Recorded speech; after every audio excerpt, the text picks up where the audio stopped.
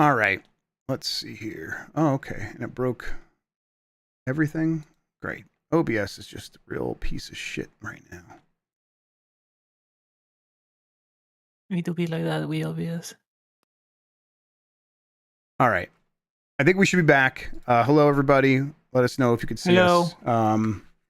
This was part 2. Oh, God, that frustrates me. It's all good. Yep. I just put the new link in chat for people in the old chat still. But I think most of them have already started filtering over here. All right, everybody. We'll get back into it. Let's see. All right. You were talking about the events. That was coming out in 2 weeks or something. All right. So we had a little bit of a technical issue. Let's get back into it, everybody. Leslie Benzi's game, Mind's Eye, is out in 2 weeks. There is some other stuff where people are reporting that's a terrible place to work, and there's some Glassdoor ratings saying that the leadership is toxic and unethical. The co-CEO was in Discord talking about how the previews that were not super positive were paid propaganda by you-know-who. He didn't freaking go. He didn't say Rockstar Take-Two, but he's like, you could probably figure it out if you think about it. I bet they're real concerned over there. Yeah, right. At Rockstar. Right. And then, listen, I wouldn't put it past some people to be petty, but the idea that like all of these previews are bought and paid for is insane. It's just an insane thing to think. But it sounds like maybe this place is run by people who are insane. So,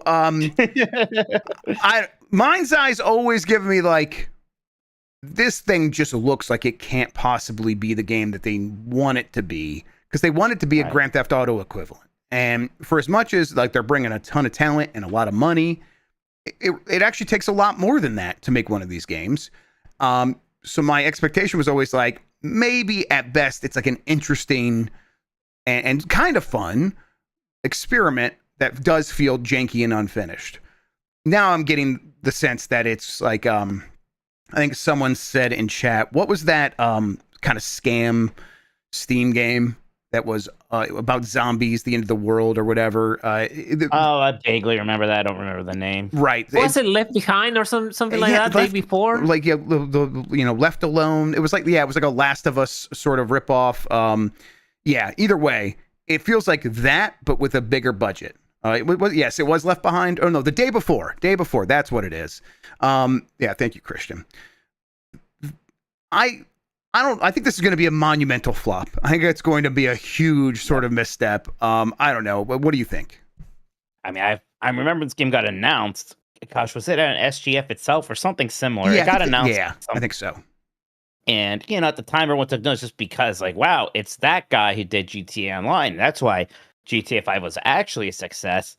I had no idea this was supposed to come out soon because there has been not much buzz. I mean, people were... GTA 6 announced a delay, and that seemed to only make more buzz for it, right?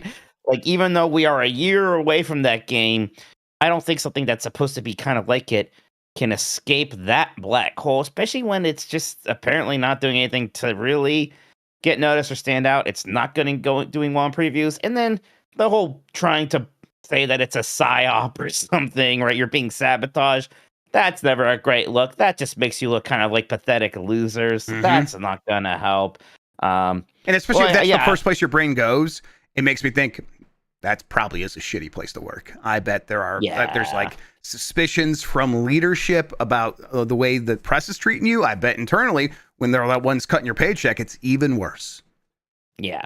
So it's not exactly instilling a lot of confidence. Yep. I will be curious to see what happens with this thing when it launches. Although, Switch 2 will be out by then. I wonder if this thing actually doesn't even make many waves at all.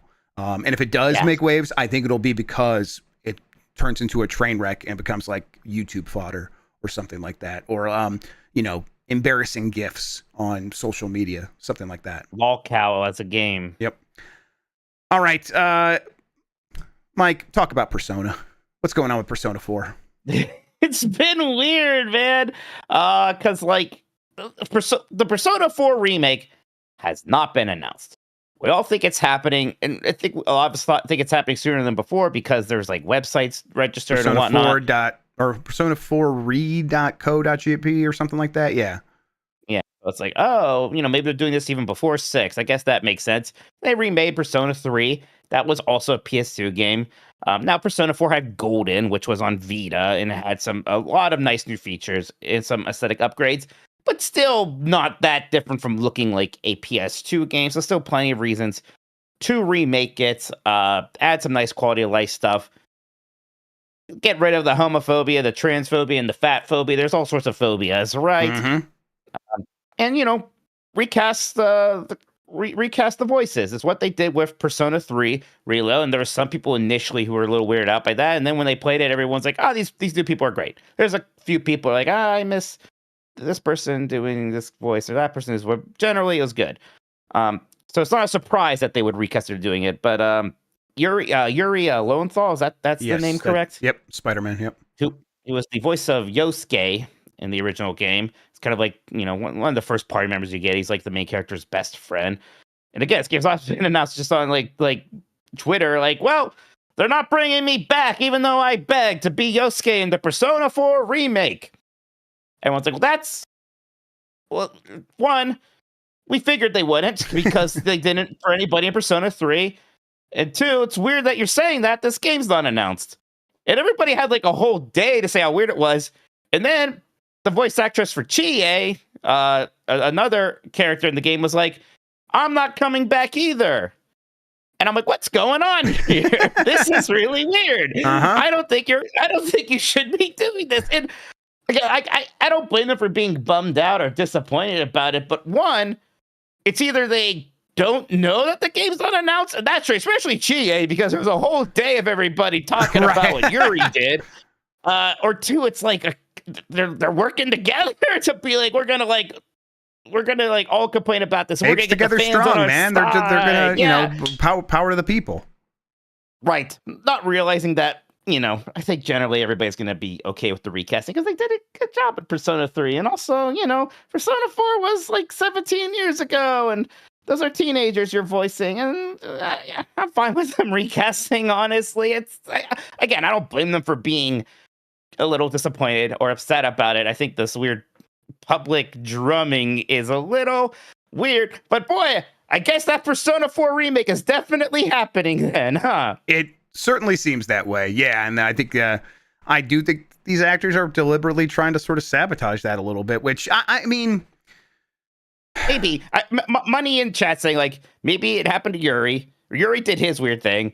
And then the Chie voice actress was maybe just getting a lot of messages on social media. It's like, oh, I guess they must have announced the new voice then. I guess I'll just... I don't know. That's probably right, honestly. Because, like, there was a day of people reacting to Yuri. It's very... Like, I didn't see that. I wonder if the actress for Chie saw that. Probably not, actually. She probably isn't on her phone looking at reactions from fans all the time because that's pretty stressful. So... She herself was already the second voice for Chie because they recast when they did Golden. So there's a character in this game, Kanji, who was voiced by Troy Baker in the original and in Golden. And then when the spinoff started happening, then it became Matthew Mercer all of a sudden. So, I bet some of it is like, hey, some of these people that did these voices, they're a lot more expensive now. Yeah, Matthew Mercer's going to be expensive, yeah. Right. And I don't know, I don't know if that was the reasoning back for Persona 3. But, now that they got away with it in Persona 3 and people generally liked the new voices fine, of course they were going to do that here. Did Matthew Mercer end up doing Ganon in Tears of the Kingdom? Yes, he was Ganon. It was pretty good. It was pretty good stuff. Yeah, it was pretty good. It's still a little weird to be like, wow, Ganondorf is saying full sentences. Yeah, for sure. I'm sorry, I'm just going to read this one now. Willie Jenkins, Super Chat says, I also found out I wouldn't be playing or voicing a character. It's like, yeah, I guess we could all do this same tweet if we wanted to. I've just found out I'm not going to be a voice in Persona 4. It's true. I guess I haven't found out. Yeah, I might have a chance still. I guess I don't even have an agent to tell me that they have not talked to me yet. So I guess I can't even say that. All right. Yeah. All that aside, you're thinking Persona 4 remake gets announced sooner rather than later? Like, what's going? Like, it feels like it's imminent. It'd be funny to me. if this is. Wouldn't it be funny if this is like years away? Yeah. And he's already kicking up this dirt. Mm-hmm. But it might be. I mean, if that's what's happening, they're recording voices. It could still be a little bit away. They do that generally kind of early in the process. Minus, I guess, a little bit less early for English VO. of a Japanese game. I'm not exactly sure the process. I'm not necessarily expecting to see this at SGF next week, for example. Although, I mean, we could, but it still seems early. I mean, Persona 3 Reload is only about a year and a half old, but again, it seems like they started this project maybe right after Persona 3 Reload, and maybe even concurrently. Again, Persona 3 and 4 are kind of sister games on the PS2 right already. So a lot of that tech is going to be very easy to transfer over to this remake. Dragon Quest 1 and 2 HD 2D remake arrives on October 30th, coming to Switch 2. Yeah, we talked about this at some point somewhere. But yeah, I'm happy to see this. I'm glad, like, just them giving it a date and be like, yeah, it's coming on October 30th. I wonder if a lot of these dates that do feel like they're kind of breaking out now are a lot of companies being like, we wish we would have had like a bigger way to announce some of these things, but we were waiting for Grand Theft Auto, so let's just announce it. This is not the only game to just sort of get a weird date. I'm trying to place the other. There was another one that got an October date recently. I'll figure it out. But yeah, you're excited about this one as well, right? Very excited. I liked the Dragon Quest 3 remake a lot, but that was a game I'd actually already played before. I've never played 1 and 2. 1 especially, such an important seminal game. And they did a lot of great stuff with that 3 remake, just in terms of the aesthetics, and even like the small stuff that they did add, a little bit of extra story spice, a little bit of voice acting, not too much of it at all, which is not what you want, right? But it was appreciated. Yeah, I'm gonna have a good time playing through both of these. It's supposed to feel like I like getting a little closer, like, oh, I've played all the Dragon Quest, right? Because right now I've played 3, 5, 7, half of 8, and 11, so I got a ways to go. I meant to play some more of 3 and never, it's hard for me to make time for RPGs these days. Sure. If I was going to do that right now, obviously it'd be Clair Obscur. After Thousand Year Door. That's like I said, that's going to be one I'm going to finish on the Switch too, and I'm looking forward to it.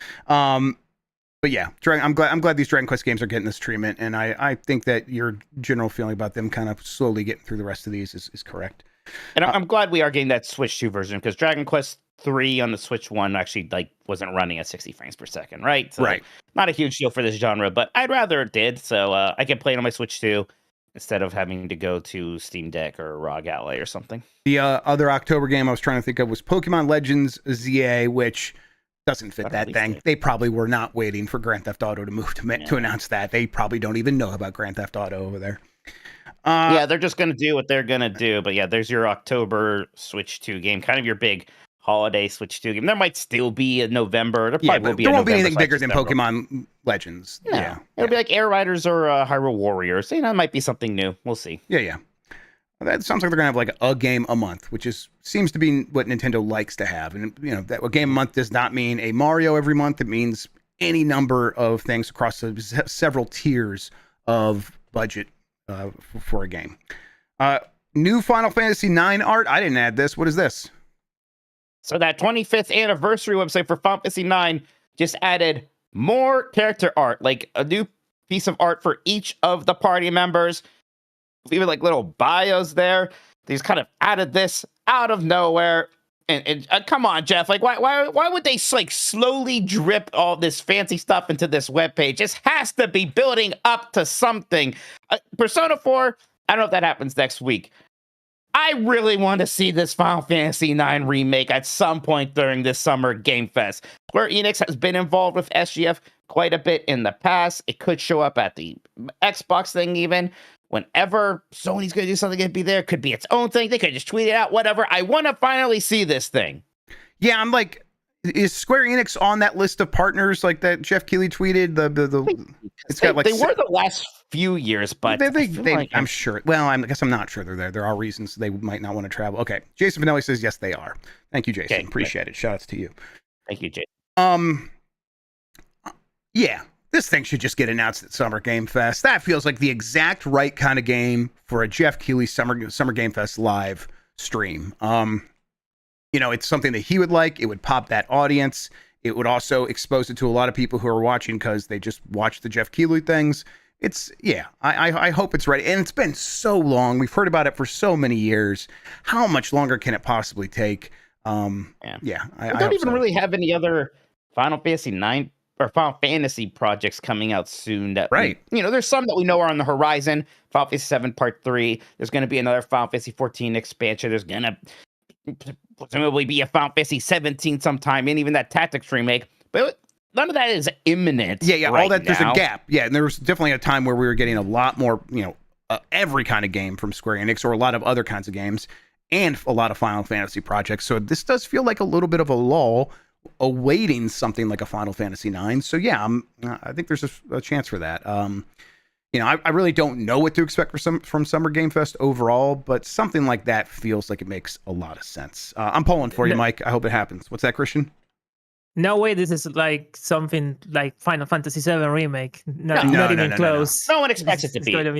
It'll be one game. It'll just probably have Persona 3 Reload, right? That's the style we were going for.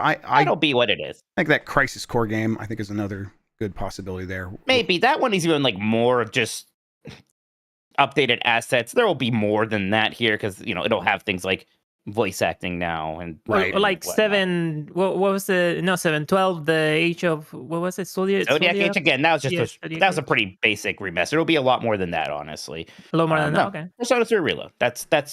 That is what it will most likely resemble. All right, that does it for the headlines. We're going to take a break. We're going to come back. We're going to do super chats. And then later in the show, we're going to do the Mount Rushmore of brash and loud video game dudes. We'll get all of that here real soon, right after this. All right. Where's my phone? Okay, I'll tell you once you come back because I put the super chats on podcast stuff. So I like Wolf's suggestion. Mount Rushmore video game yappers. That's it. Yeah, that's the right one. Yeah. Thank you. That's exactly the word I was looking for. Aren't we video game jappers ourselves? Oh yeah, Jeff Grubb deserves to be on that list. Yeah. Absolutely. Yes, I think we're yappers. Yes, I think so. We're just not Mount Rushmore. I mean, I'll put myself into consideration, Sean, for sure. But I am no Dennis Dyack. But I feel like when you said, the loud gaming guys is much more apt for what we're going for. Yapper has a negative connotation. That's like also. It's not like so negative. Like I'm not trying to be like these people all universally suck. But no, Yapper's good. I like it. Yeah, they do be yapping. Yes, they do. And Jason Finelli Tellerico definitely qualifies. We'll talk about it. Listen, have some respect. He was on Cribs twice. And his mom's very proud of him. His mom's very proud of him. Very proud. And I was like, it's easy. I could call this one Loud Gaming Dudes because I was trying to think of any women that could be on there. It's like, I Googled it to see if anyone ever it's like maybe Jade Raymond, and no way does she even rank with some of these doofuses. So it's always dudes. Yeah, no, that's not no. There's no way. It's always a dude. Okay. Let's see here. Yeah, I got my short list here, so we'll see what Mikey brings. In the meantime, everyone be sure to get your super chats in. We're gonna get to those next. Yep. No, the old super chats are saved. I saved them all. Oh, thank you. I appreciate their that. Soul. Now their soul is mine. Man, okay. Your soul is mine. I need to rewatch. I don't know. I feel like I have to Mortal Kombat. Yeah. I've not seen it in a couple years. I love that movie. I haven't watched it in a while. It's just a fun have that watch. craving. All right. Plex. I already have that on my Plex. That's why I should just. It's on my Plex right now, brother. No, it's righty. Mike. Yeah. Flim Plan. Super chats. Yeah, I agree. It's unironically good. All right, sorry, Christian. Go ahead. Mike, the super chats from the other streams are on podcast have it. Stuff. Oh, you have it? No. All right. Yeah, I guess in the back end, I can see all of them from the last stream too. So, okay. Thank you. All right. I'm going to bring it back in. All right. Oh, Mike, read that what Ali Miracle said on chat. Yeah, bring it back in. On chat? We are back. Game Master decides. And we're in chat, Christian, is what Mike wants to know about the Ali Miracle thing. Oh, she said that you can skip over Hertz. Okay. Hertz, their super chat. There we go. Okay. Noted. Speaking of super chats, Mike, can you do me a favor and read those? Sure thing here. Starting with Simon from Saskatchewan says, still in the hospital. The cancer surgery went well. Thanks so much for the well wishes from the community. Talk to your doctor and get cancer screened. Thank you so much, Simon. And yes, Hell yeah. good advice for everybody. No reason to wait. Hope things continue to go well for you. Thank you. Yep, I am 3 years away from prostate exams. I'm looking forward to it every day.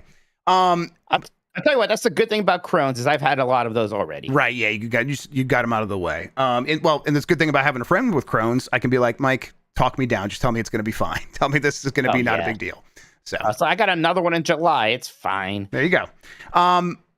Simon, I want to know, you could hit me in the Discord or something. What are you playing? Like, if you do you have energy to play like games or whatever? Like, I'm interested to hear like how you're trying to stick with gaming while you're recovering. And if you can't, that's cool too. But just hit me up. I'm curious. Nathan Maloney says, "Hey, Meat Man, in the reporting on EA and Marvel, there's talk of a third game. What is this? F4? Who could it be done by? And is it even real? Thanks." What F4 be? So, can you say the beginning part again? I was trying to follow. In the reporting on EA and Marvel, there's talk of a third game. Yeah. What is this? F4? Fine, that'd be Fantastic Four, Mike. That Fantastic Four. I can't remember if I ever heard what this is or not. I feel like I did, and it didn't move me very much if I did hear about it because I didn't remember it. I'll ask about it. But yeah, there was supposed to be a third Marvel game. I just can't not think of something like that Avengers game when I think about a Fantastic Four game, right? Right. Oh yeah, for sure. Gosh, they even had Mrs. Marvel in that. Who just was like a stretchy person. So I don't know what it should just be like an Ultimate Alliance but I don't know what they would do. Yeah. I don't know. I'll look into it, but boy, I just feel like none of those games feel like they have much of a chance. We'll see. Do you think the Iron Man one does? Not at all? I think it has a little bit more of a chance just because I think they do want to keep motive around. EA Publishing, separate from EA Sports, it does feel really lost, but I don't think they're so lost that they're going to scrap everything. So it's let's let motive continue to cook through this and we'll see how it does. And then that could be the bellwether of which direction we go. Do we go back towards a Dead Space for them or do we go more IP for them? I think Iron Man will kind of be the bellwether there. I sure would just like to have a game that basically had that Anthem flying, but in a good video game and a single player game. But yep, I would enjoy that.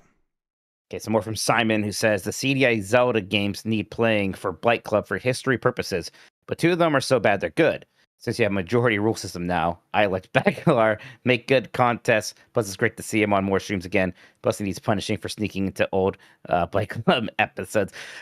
But there's 3 of them and there's 3 of us. It just fits. I really like the drawing lots thing to see who gets which of the 3 ZDSL games. We could think of some other hell for Bacalar. Oh, yeah. Something that hurts him more. Because he probably doesn't.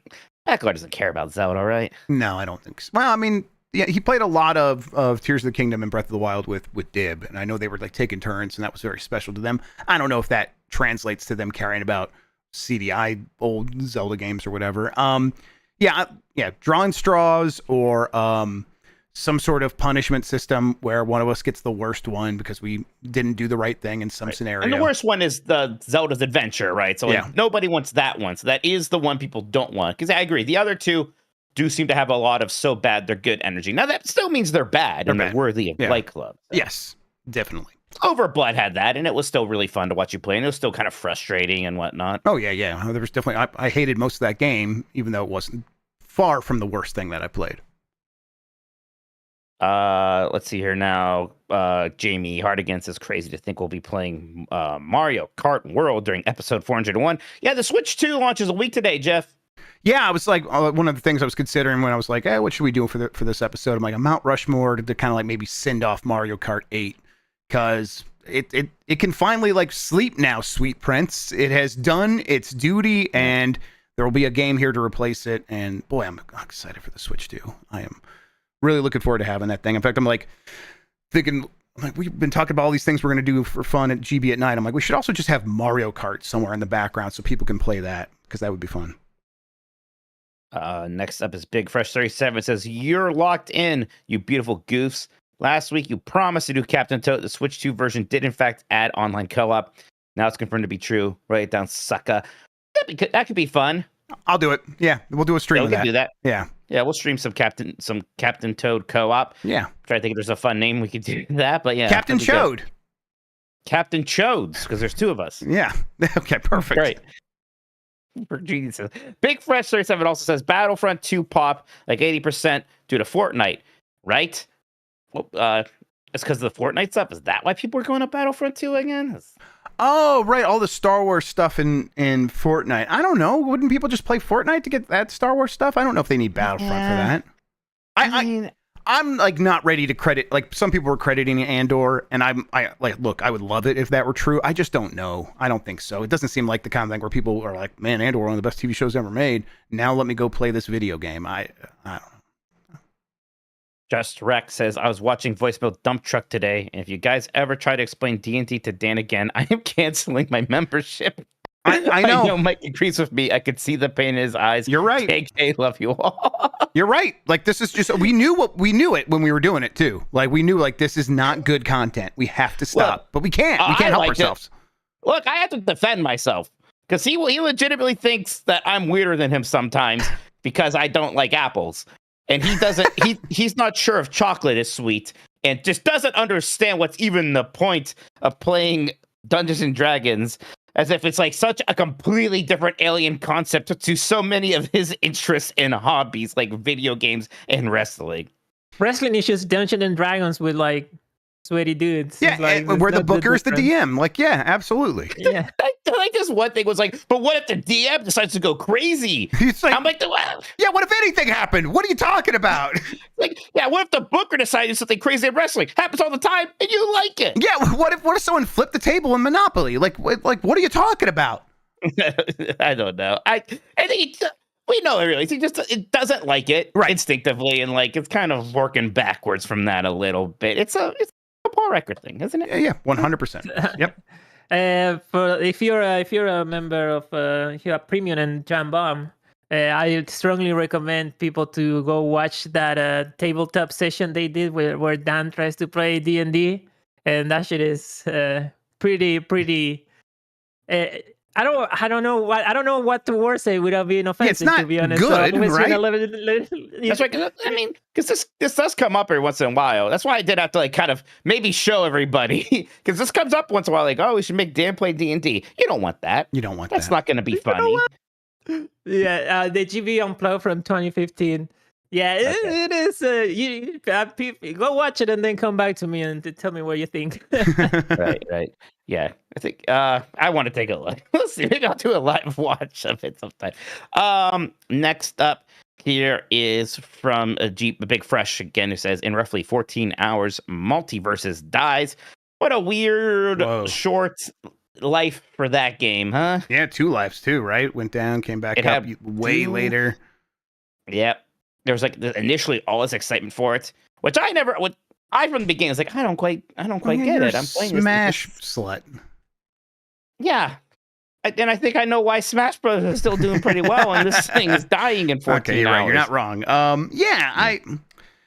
I don't know. They definitely did not give that game the best chance with like their expectations for it to be like an equivalent to Smash, something that they could tease new characters for and everyone freak out the way they do for Smash, and then give it this business model that was never really going to work for it. Like, just sell a video game. Come on.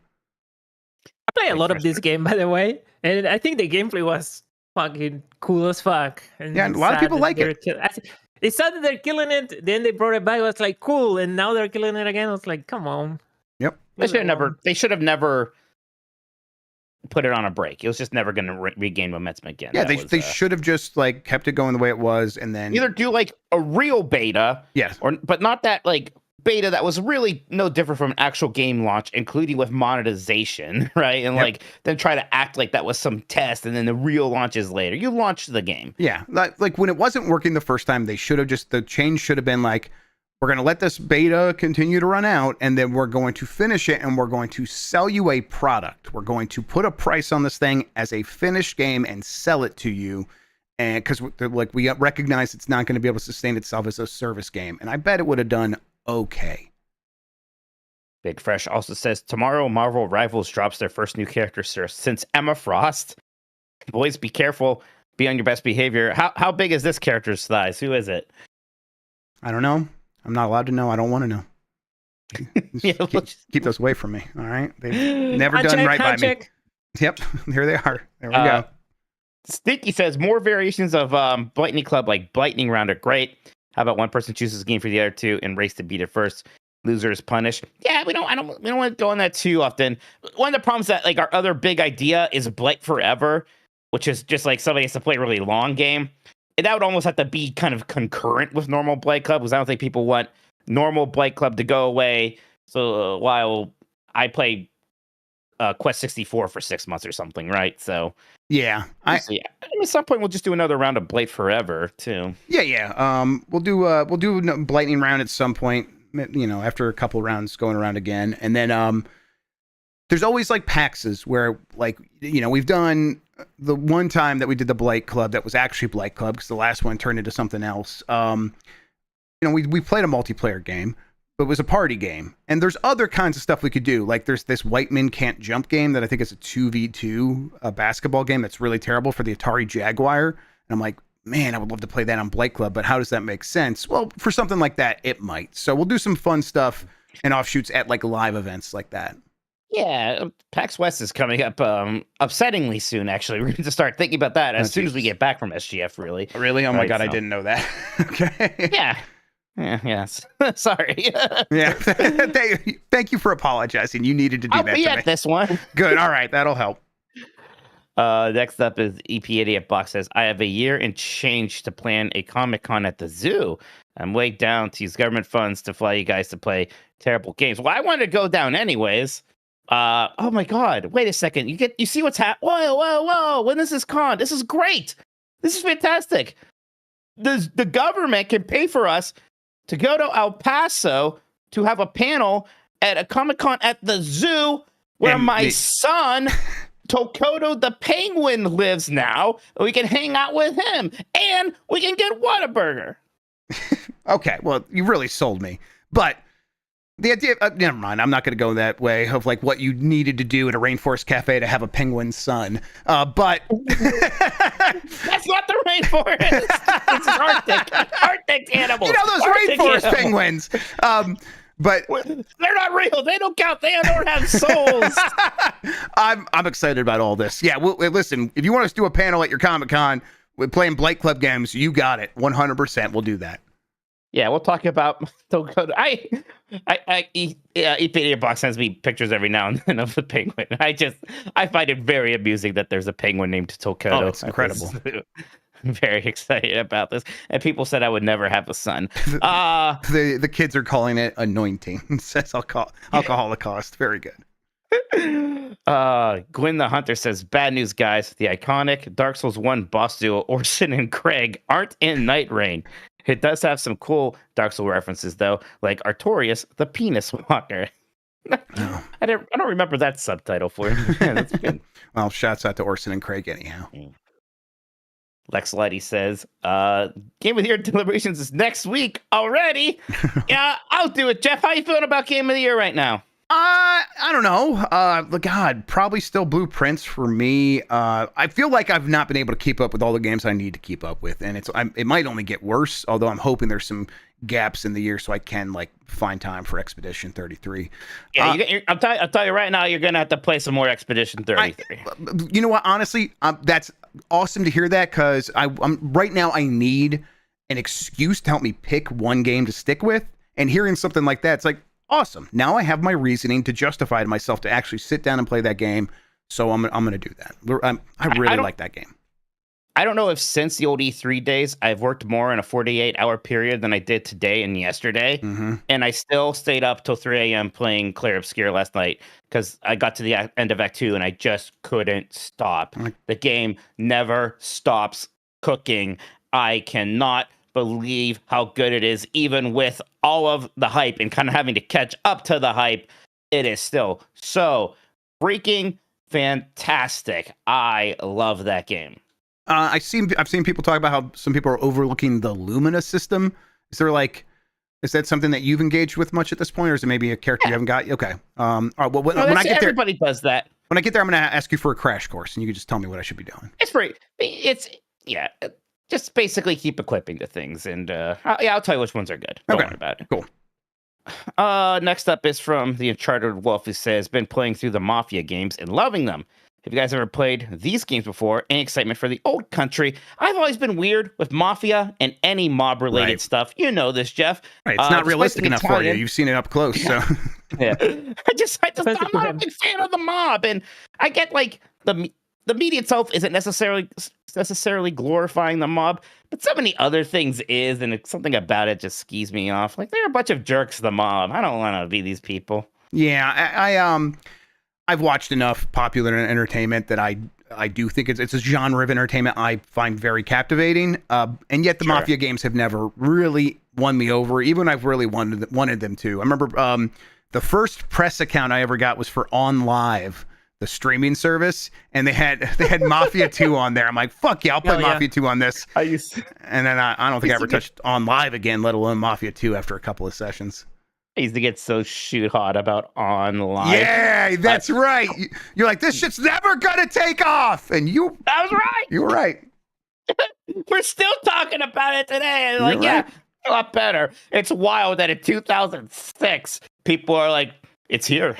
It's here right now, ready to go on live. It worked surprisingly well when you think about it being like almost 20 years ago or whatever. Yeah, I'll give it that, I guess.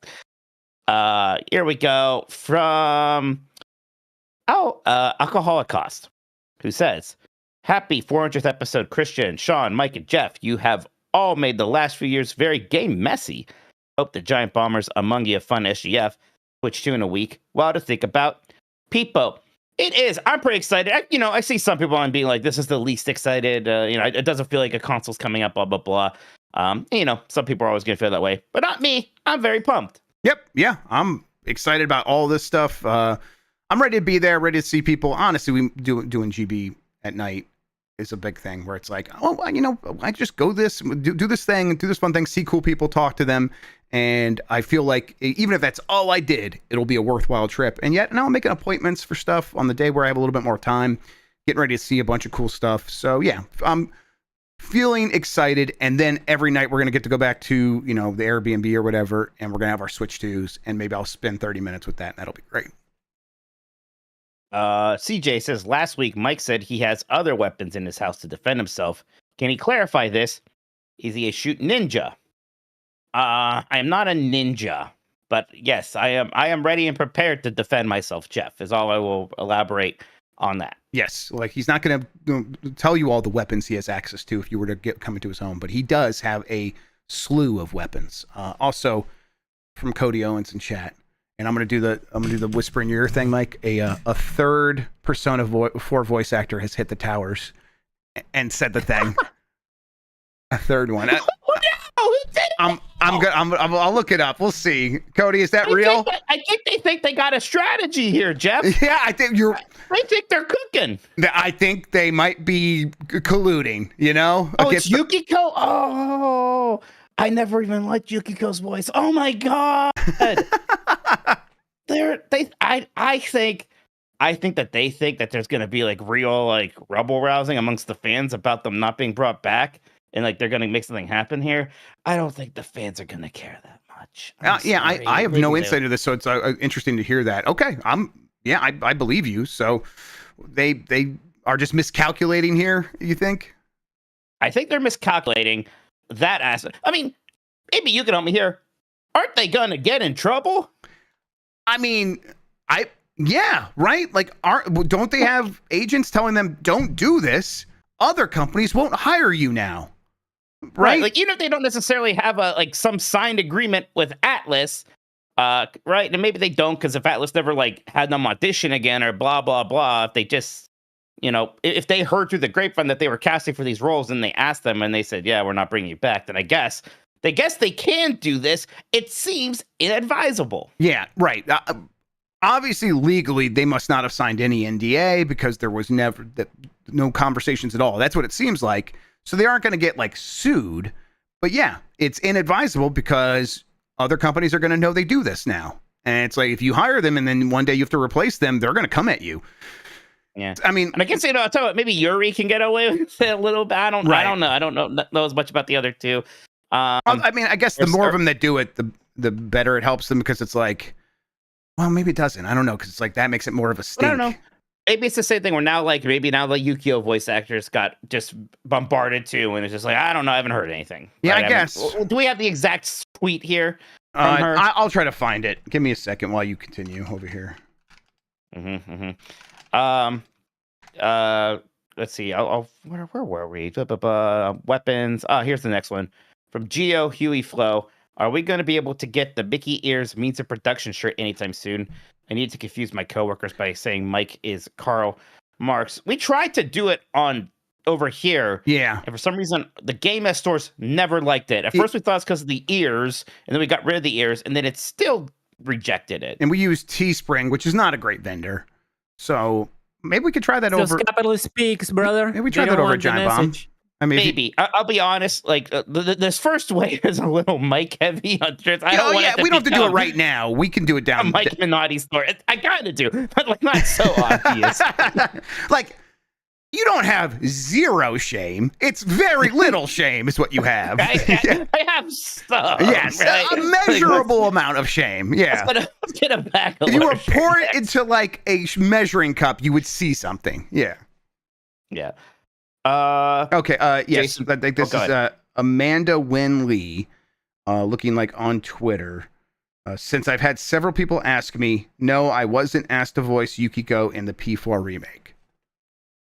I mean, they're all kind of phrased the same way too, right? Like. Yeah, I don't know if well, since you asked, I don't know. People ask me things I'm not allowed to say, and right. I don't say. Well, I guess it's pretty good. I don't know. It's like, maybe it's fine. Maybe it's not. Since so many cops have asked me, yes, I did murder that person, but since you asked me, you can't punish me. It's like, wait, what? No, that's not what's happening here. Yeah, I don't blame for being disappointed or upset about it, but I'm just. I'm not sure I don't know what they're accomplishing. Right. And to be fair, like I'm on this side of people doing the work for bosses for sure, but it's odd. It's an odd situation. That's all. Next up is from Jason Fulton. What are the odds that I can just walk into a Myers next week and buy a Switch 2 off the shelf? Yeah, you think there's going to be any just like we can go into a store and buy a Switch 2 after launch day? Not off the shelf. Anytime You'll have soon? to call around. But if you're willing to call around a little bit, not an extraordinary amount, I think you'll have a good chance of finding one. I don't know, but I think so. Kevin's right. I'm sorry. I keep going back to this. It'd be so funny if they just literally haven't been asked because this game actually doesn't exist yet. That is the best. That would be the best outcome here. Yes. It's like if they have all, and I'm sorry, everybody, but just use context to figure out what I mean here. If they have all worked themselves into a shoot, Jeff. Next up is from Gwen the Hunter. Oh shit, it's episode 400. Congrats. Ever thought you would make it this far? Hard to believe two Nintendogs lived this long. Wait, wrong show. Nintendogs is almost at episode 200. I think that's happening when we get back. So these milestones are lining up. How many episodes of the Exploding Barrel podcast? I feel like you guys like a lot, like 700, 800 or something like that. I don't know. I think it's actually fewer than that. I bet. Let me see. I thought maybe just the 300. Okay, wow, we did 567 episodes of Exploding. But man, really, gosh, that's wild that we did that many of this. This isn't even my longest running podcast. No, yeah. Actually. Jeez, we did that for a while. Well, we've done 800 episodes of the Bombcast. That's not we. That's the joke, Mike.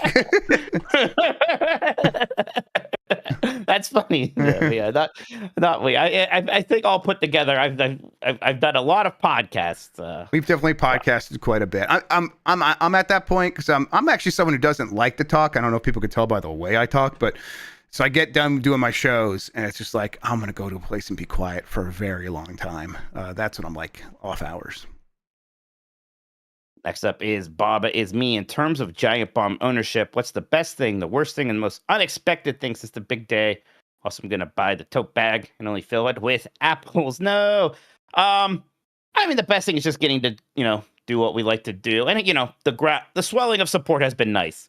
It is nice seeing, even more people watching the shows, people saying nice things. There's a part of me is enjoying it because I bet we're always going to have wonderful support. I don't know if we're always going to have this much support, right? It feels very nice.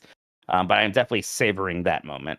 Yeah, I think the scariest thing, the worst thing has been like having this feeling of like, I want to just make the content like I did it when I was under a corporation because everything else kind of just took care of itself. And now it's like, well, if something's not getting done, one of the 5 of us is going to have to do it. So if I don't do it, that's more work for everyone else. So there's like always this shadow of like, I could be doing more at any moment.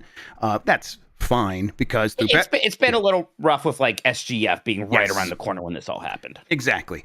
But that is easy to deal with because the best part is like at a certain point when you're working at those jobs, it's like you're at the whim of how that company feels at any moment. And now we are truly in charge of our own destiny. And the way it's going right now, I think it's the kind of thing where it's like, this can be sustainable literally for the rest of my life. I think we can make this work for forever and we can do it as long as we want. So I'm feeling pretty good about that because this is what I want to be doing. So that's nice. And then I think the most surprising thing is just how much does go into making this all work. It's like there's a lot of things you got to consider. And so, it's like, not just like, oh, we're going to register in Delaware. It's like, no, there's a lot of steps after that as well. Yeah. I'll tell you what I have really loved is, there have been a lot of lapsed Giant Bomb fans over the years, of course. I never blamed anybody for being like, oh, I used to like it and now I don't. That's fine. But, it was something that we had to hear a lot sometimes from people and they weren't always nice about it. And instead, it's like when this happened, there's been a lot of people who are like, I checked it out for the first time in forever because of all this. And wow, I think it's great now, even though it's different. I still like it a lot. So it's nice seeing that sentiment sometimes. Yeah, I think people were faced with like Giant Bomb going away versus giving this Giant Bomb a chance. And I think the choice became easy for a lot of people. It's like, actually, we would prefer to just enjoy this.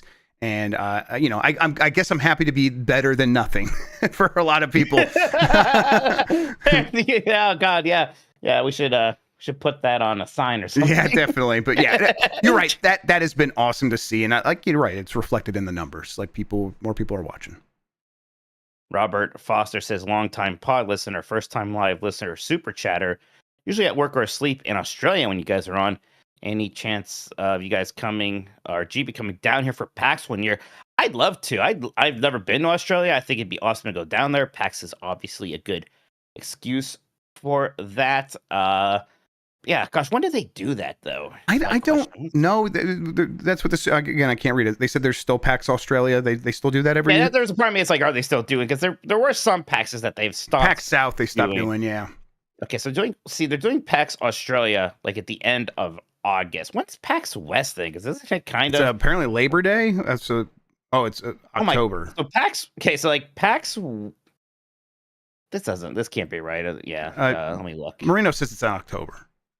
Okay, so Australia. That was a Google mistake. So PAX West is end of August, and then PAX Australia is October. Yeah. So I mean, nothing even close to a promise here for this year or anything like that. But I would love to. I'd love to do it at some point. Maybe there's a time where we don't maybe go to the other PAXs and we work it out with them because even when we were at a corporation. Like flying out to something like a PAX was always difficult to justify the company paying for. So it was the kind of thing. It was like, hey, PAX wants us there. Maybe they can help us out, and they have recently. Maybe there's a year where we could go all the way to Australia and do that instead. That would be cool. Yeah, and it's hard because if we're at one of these things, then we're not necessarily making the normal content, right? Yep, and it's always challenging. It could be challenging, but it's always fun, and I always like that. And again, I don't know if I've ever traveled to the Southern Hemisphere. Yeah, I'm thinking. Where's Singapore? I think Singapore might barely be in the Southern Hemisphere. It's definitely on the equator. It's hot as balls there. There you go. All right, next one. Sorry, I gotta open up this window again. Next one is from JD Camp, who says, merch idea, Mama Minotti pizzelles on the GB store. Yeah, I don't know about how selling foodstuffs work. Also, my mama is not Minotti anymore, so and her last name isn't particularly Italian. So the branding might need a little workshopping there. But boy, I like pizzelles quite a lot. Yeah, those are good. I'll look into it. Flim Flam. Mandrew says, I walked out of Bluetooth range and the stream crashes. Coincidence? I hope so. I can't always be here. I think you're fine, Flim Flam. But Yeah, it was OBS crashing. The camera stopped and everything. I replaced the CPU in this computer, and OBS is still crashing. So maybe it's something else. If I say Australia, what are name 3 movies? Go. Okay. The Oz, the Great and Powerful. No, what's the one? Just Australia. That's the one of them. And then they're all going to be variations on that from the same people. Mad Max. Okay, so it's not a variation of the same thing. And then Mad Max 2. That's what I got for you. All right. I was wondering if how weird it is for me that I go to Finding Nemo pretty quickly is why I asked. Oh, sure. Yeah, that is weird. I think a lot of people forget about the Australianness of right, yeah, they're going to Sydney. Rescuers Down Under. Yeah. Right. Oh, Rescuers Those Down are Under. Australian Jack? fish. Nobody said Kangaroo Jack. I'm so sad. Oh, Kangaroo no, Jack, yeah. sure, yeah. Yeah. I want to see. I haven't seen Crocodile Dundee. Oh, yeah, Actually, Crocodile I think I Dundee. only saw the one where he went to America. I may have never even seen the original. I saw that one a lot of times because it was on HBO all the time. Yeah. I see you've played Knifey Spoony before. All right, next one is from Sledge Reinhold. Just listen to voicemail dump truck. Mike, I also had a high school social studies teacher who had us watch a 9/11 conspiracy documentary around 2004. Wonder what that guy is up to now. He's probably still teaching at that school. He's probably also their main basketball coach like my guy and was. he's probably moved on to QAnon by now, so good for him. Not even a thing anymore? No. There was flat earthers, that was like really hot, and then all the flat earthers moved to QAnon, and now I don't know what they're doing now, honestly. What are they doing? That's scary, I think actually. they're the ruling party now. Right, that's right. They're the deep state now, yeah. Wiley Jenkins says, is Rascal Mike crashing servers now? It wasn't me, so Nope, not him. don't worry about that. Char Wolf says, call it the Mount Rushmore of gaming yappers. Yeah, that's I like that word, we might yapper. actually do that. That's a pretty good one. Real quick, Antonio Morales is a member for 29 months here on YouTube. Says, do your local game stores recognize you when you go in? Have you tried asking for a partnership for Blight Club? Or do you have a P.O. box where we could send games? I like you guys playing in original hardware, P.NES. Yeah, if you do ever want to send anything to like get to me or Mike, and I'll make sure Mike gets it, there is a P.O. box in the Discord. You can find it on the welcome message there, but I think it's like 815 Superior Avenue East, Suite 1618, Cleveland, Ohio, 44114. I think that's right. You can send it there and we'll get it. I've never been recognized one in local stores, and look, it's kind of pathetic because like sometimes, like, you know, I'm not saying that they should recognize me, but sometimes I will be a little bit like, you know, I'm in here a lot, like, actually, talk about video games for my work, thinking that they might find this somewhat interesting, Jeff. And they never never ask care. follow-up questions. I stopped doing that a long time ago because they never care. I'm like, oh, okay, they're just their own world. They're probably just stressed out about running their business here. I understand. I've never been recognized at a game store, not by an employee anyhow. Matt Rare Monkey, who's been a Lincoln member for I think 2 months, if I'm reading this Argentinian text correctly, says Nan X Impact demo just showed up on Steam. So there you go. Big exciting news there. Fucking go. Let's go. Hashtag net it up, brother. Let's go. Net it up. Next up is from Wiley Jenkins. Was that one where they said I also found out I wouldn't be voicing a character? Willow Davis says, where could I suggest a Blight Club game? I mean, there's no official channel. You just do it here, wherever. I will say it's like kind of one. Not that we're not taking suggestions, but it's like one of those things where when you get a dog and people are like, I have a great name for the dog. It almost doesn't matter how good their name is. You want to name the dog. Yep, we definitely want to. We kind of. It's like I definitely think we have a lot of ideas of our own right now. We think we have one for Dan. Yeah, like a big part of it is like we are the other two getting to inflict something on the other one, so we want to feel ownership over that. That's all it is. Yeah, you know, I bet there's a time where we might need more suggestions, but at least right now, again, you suggest and it has. Yeah, throw it out there. I hope before We'll add it to the list. But, let's see. Next up is from Edgar Marino. Can Sean talk about Combo Breaker if he can? Sean, can you talk about Combo Breaker? I sure can. The short version is that it was very fun. It was the probably the best one I've been to since the first one I went to in 2019, I would say. And that one was a legendary tournament in general. A lot of fun things happened there. But yeah, me and my friends budgeted our time well, so we got to do pretty much everything we wanted to. Oh, good. We spent a bunch of time in the arcade this time because it was even bigger and better. They had some awesome stuff there. They had like all the music games that have been at the past few Games Done Quicks there. So I got to try the one where like you have your hands in the air playing notes and stuff like that. Yeah. They had all different DDRs. Mike, I think Steph sent one of those over to you on Blue Sky, the Mickey Mouse one. They had. Yeah. They had a functioning like shooting gallery game that Namco did in the 80s. Yeah, the arcade was absolutely fantastic this time. As for the tournament itself, I went 0-2 in Street Fighter because I'm trash at that game, but I am the best Balls 3D player in Northeast Wisconsin. I successfully won on stream playing Balls 3D for the mystery tournament. Oh, yeah.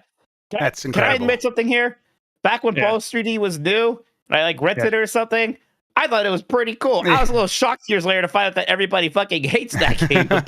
Yeah, that game is hot garbage. We played the 3DO version. I didn't know what the fuck I was doing. I'm the asshole who had a 3DO. If anyone wants to see it, over on UGS Gaming, if you look at the Combo Breaker 2025 Mystery Tournament Pools Wave B, that's where you can see me playing Balls 3D and what was it? It was like Demon Tilt or something like that. No, that's like the pinball game. It was a puzzle game where you like shift the board left and right to shift the blocks around. I did horribly, and then I got knocked out when I did bad on the Nintendo Switch. There's an Inspector Gadget Pokemon Stadium mini game. What? Where like first to 10 points in terrible Mario Party / Pokemon Stadium style mini games, but Inspector Gadget themed. Yeah, and you're all Inspector Gadget. Yes, it was. What if he's not like Penny or Brain? You can't be the dog. Nope, you're red, yellow, blue, green Inspector Gadgets. Hell yeah! I don't know what that game is. I didn't bother looking up, but it was god awful. Okay, let's keep that in mind for PAX West. Yeah, good idea. What if we all got trench coats? Inspector Gadgets. We just get introduced one at a time. Here's Mike Minotti as Inspector Gadget. Here's Dan Reichert as Inspector Gadget. We could get like the extendo arm and put it in the sleeve, right? Go, and everything is just go Gadget, suck, go Gadget. Shoot, go Gadget work, you know. Also, I think during UPF tomorrow, I might make Jan live react to you winning the balls thing. So we'll see if we can make that happen. Hell yeah! I think Jan might have been watching because Giant Bomb was in the chat. That was probably Jan. Yeah. And then Edgar also mentioned in chat the best part, like all the top 8s were actually pretty good this year. Probably the best part though was you guys know what an auction tournament is? I do not know. Chance? Okay, so basically they like pull names out of a hat for like characters in the given game, you know, like for Street Fighter 6, Tekken 8, whatever it is. And then people in the audience bid to play that character. Whoa. And then whoever wins a best of 1 16-person bracket gets the pool. And so at the Tekken 8 tournament, it went wild because one dude dared another dude to do the punko, the classic, take your shirt off. You take your shirt off, I'll take my shirt off. Training weights are off, let's do it. They got the Tekken pros to do it. Oh, so wow. Even it was Cherry Berry Mango and Rang Chu, and even Arslan Ash, the greatest Tekken player in the world, was convinced to take his shirt off by someone adding $300 to the prize pool. Like they crowdfunded Arslan Ash taking his shirt off for finals. Oh man, and, you'll get banned from Twitch for doing that. People were scrubbing VODs left and right, but I tell you what, Tasty Steve put it up on his YouTube channel. Hell yeah. So it's there if you all want to see it. There was other awesome stuff like a community crowdfunded someone playing Paul for they like pulled together enough money that he got for like $500 something. And it was just fantastic tournament. I highly recommend watching the Tekken 8 auction tournament from this year. And then a few people came up and said hi, which is very nice. I saw Awesome. White Lenses in the chat here tonight, and yeah, I got to meet them. Nice. And that was very nice of everyone. So yeah, great weekend. Had a lot of fun. Yeah, it sounds Ate awesome. Ate a lot of the popcorn Baron's popcorn, which is reason enough for me to get you guys out there, because like all the different crazy flavors, like buttered chicken popcorn and stuff. Like, Oh, Yeah. that sounds good as Yeah, hell. that sounds delicious. yeah. Yeah, Great definitely tournament. talk about If it's easy for you to get to Chicago, I definitely recommend it, even if you're only like a little bit interested in watching fighting games, because it's just a great vibe to be in. I will try to make that happen because one, I really like Chicago. So yeah, that'd be great.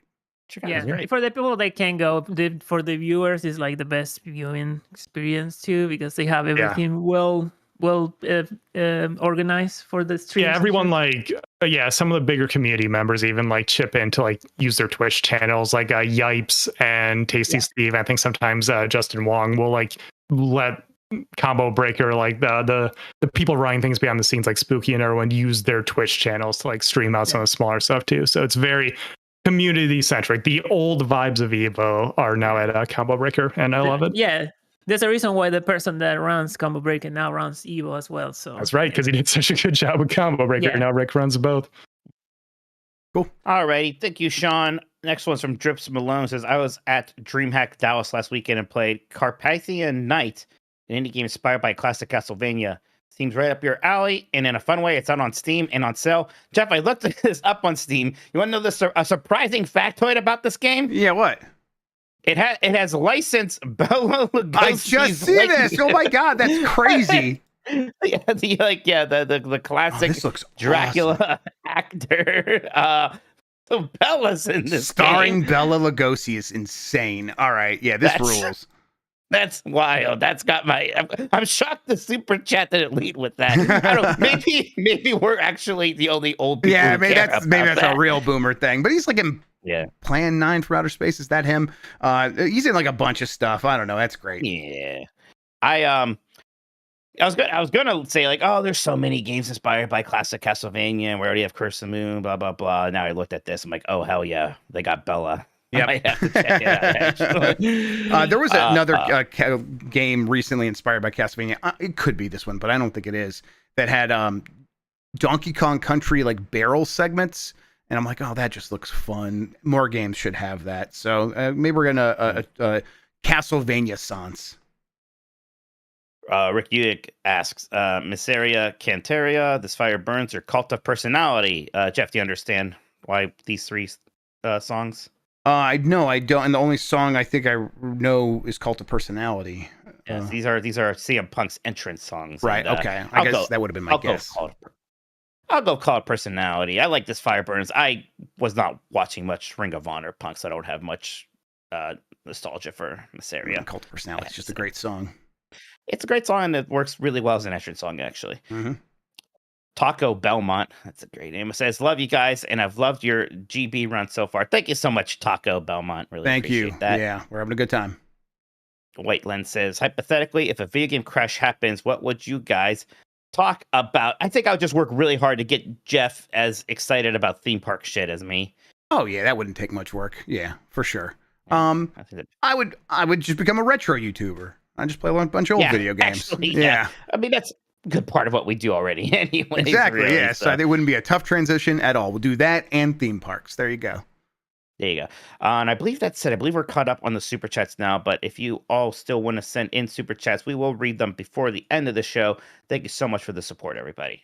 Thank you, everybody. All right. What we're going to do now is take another break. We'll come back and we'll do our game, which is going to be a Mount Rushmore of video game yappers right after this.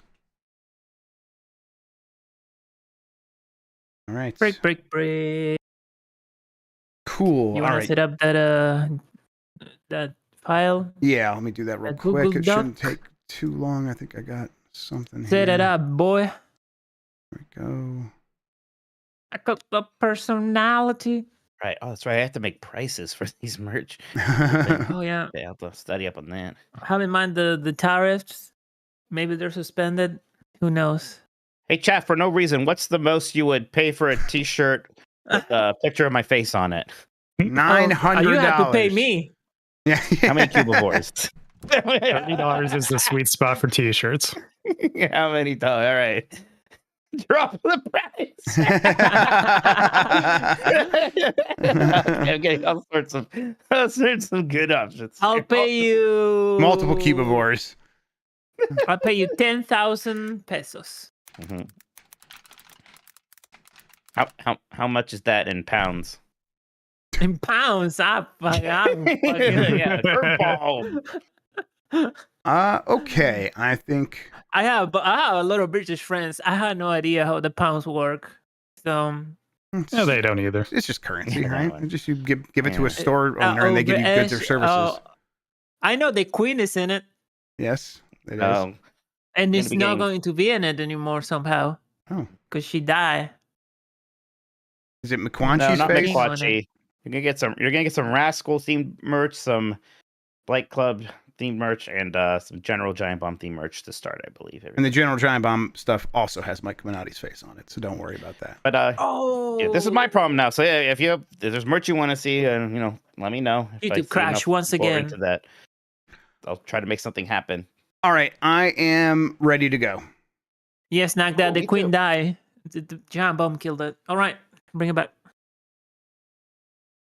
All right, we're back. Mount Rushmore of gaming yappers. Mike Minotti, I was going to call this Mount Rushmore of loud gaming guys. And again, guys, because I don't think there's going to be a lot of women that fit into this category. It's not. That's a credit to them, I think is what We're happy. that's a about good that. thing. Yeah. The idea here is just, those guys that make games that tend to get a lot of headlines or at least somewhat related to making games. Why don't we just get started? People get the idea real fast. Do you have a good grasp of what I'm going for here?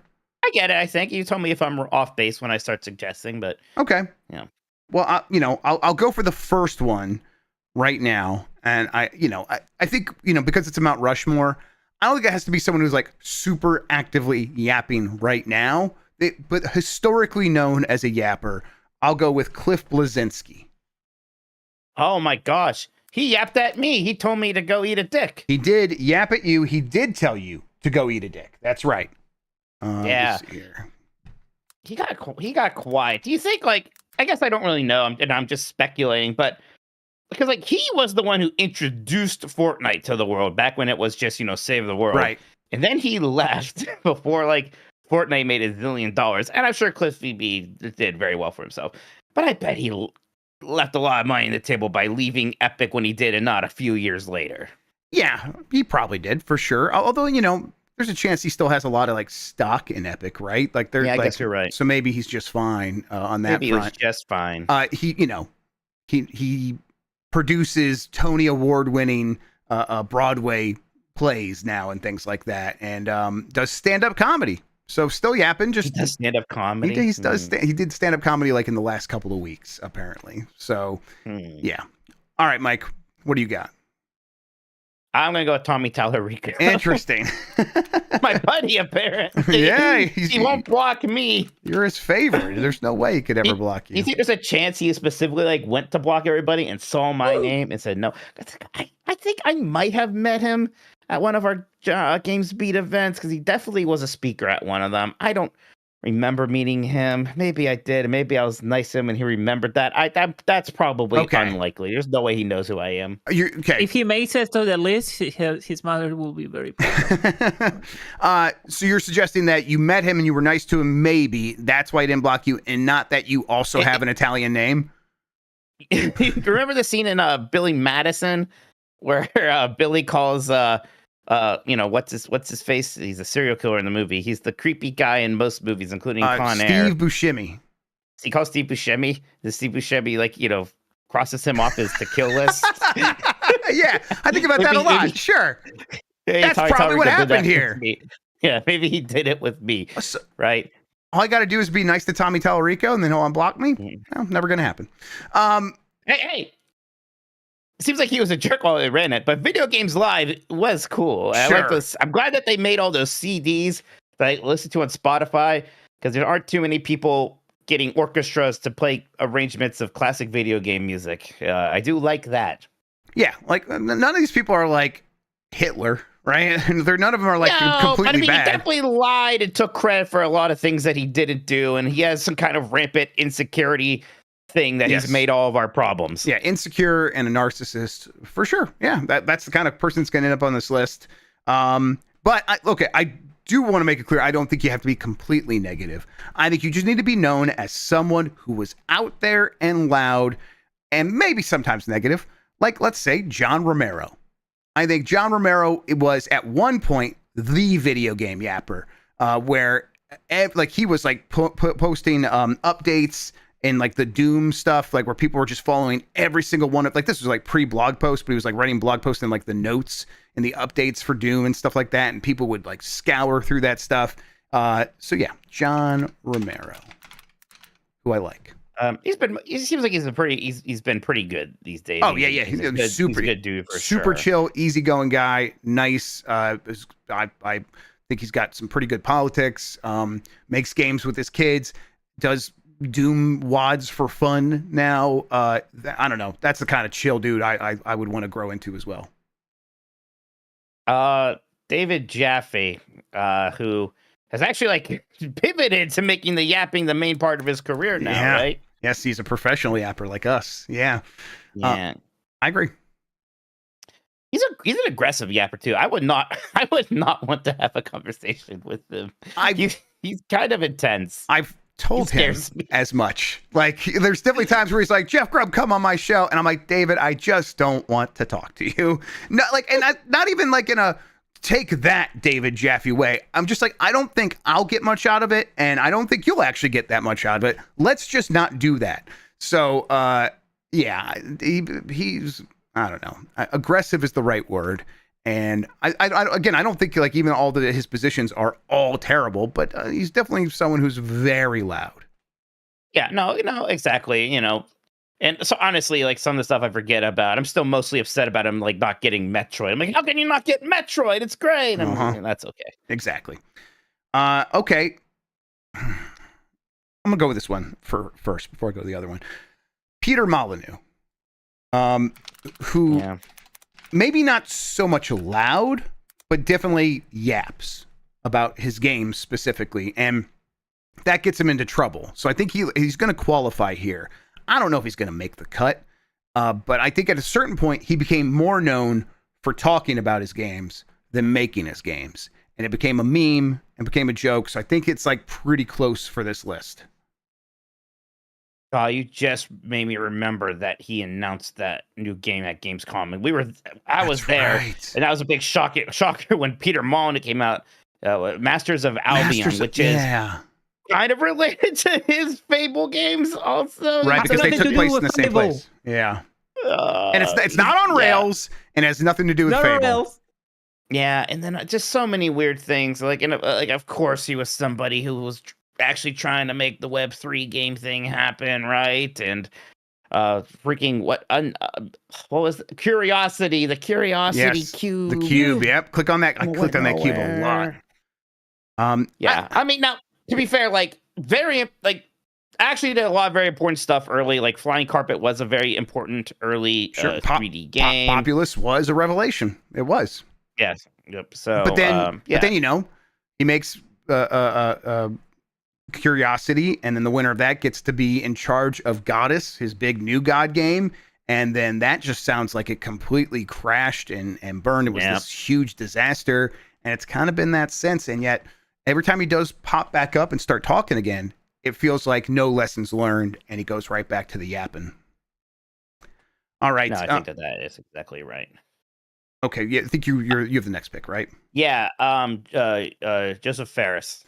Oh yeah! Wow, yeah, that's definitely a yapper, and again, like not in the positive way, right? But positive and but also very loud. Like the way he yaps is, I would just describe as loud, and he makes games that are like at this point seemingly universally beloved. So he's backing up the talking at a certain point, but I don't think that diminishes the yapping. No, and I mean, but the fuck the Oscars, right? And his big moment.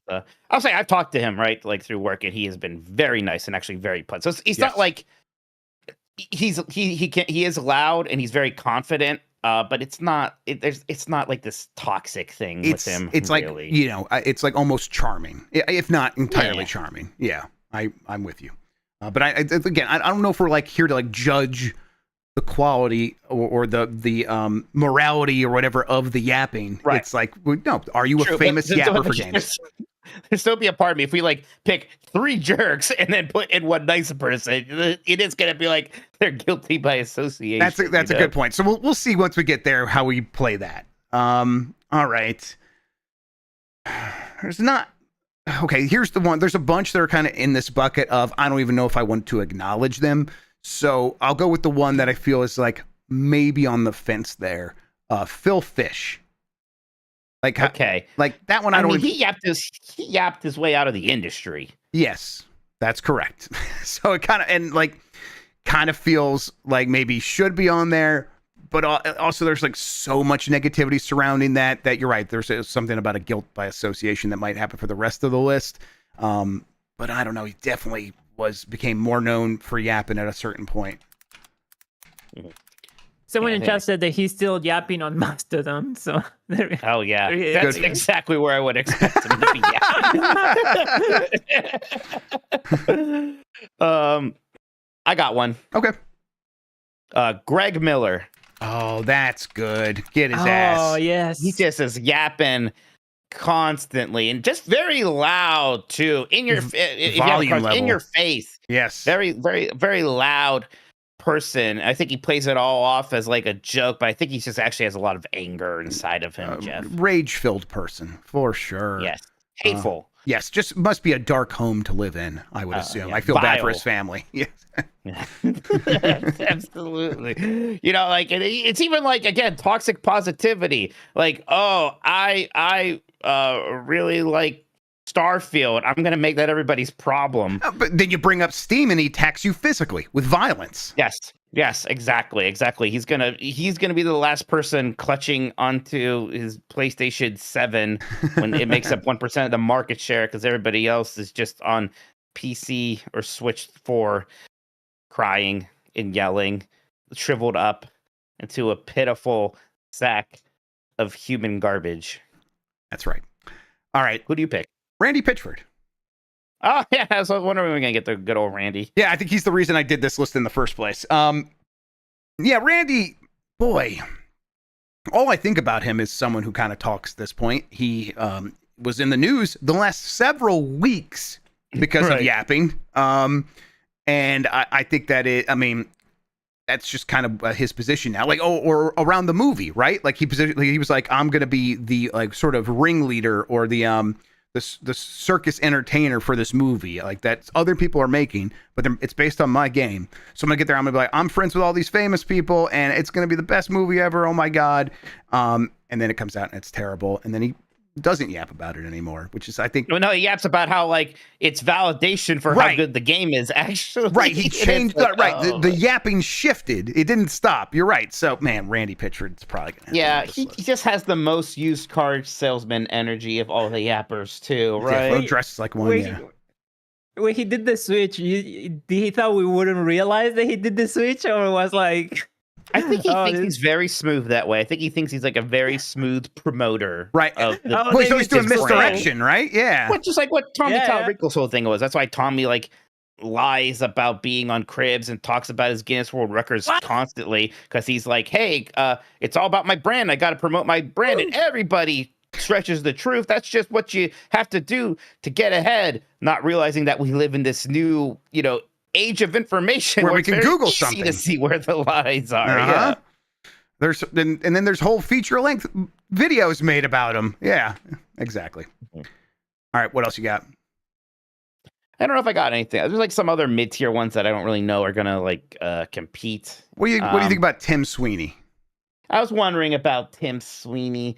He does a lot of his talking in court. a lot of his yapping is litigation. He He's definitely very high and mighty about it for sure too. yes, and he definitely tweets quite a bit. Maybe it's not as much as some of these other ones. And you're right. Like, there's definitely some times where he's like, I will just turn it over to the lawyers, or I will weaponize the fans and hashtag free Fortnite or whatever. And maybe that's a whole different thing where he would clearly be on a Mount Rushmore or something, but maybe I'm not sure quite if it's here. yapping or something else. Yeah, there's like I'm seeing some suggested chat that seem like decent. It's Reggie Fils-Aimé, Adam Sessler, Richard Gary. Dennis Dyack has been quiet for so long. Yeah, It's like Dennis Dyack is definitely one I was like thinking about, but as we went here, it's like I don't know if he hangs anymore. I don't know, but again, like it.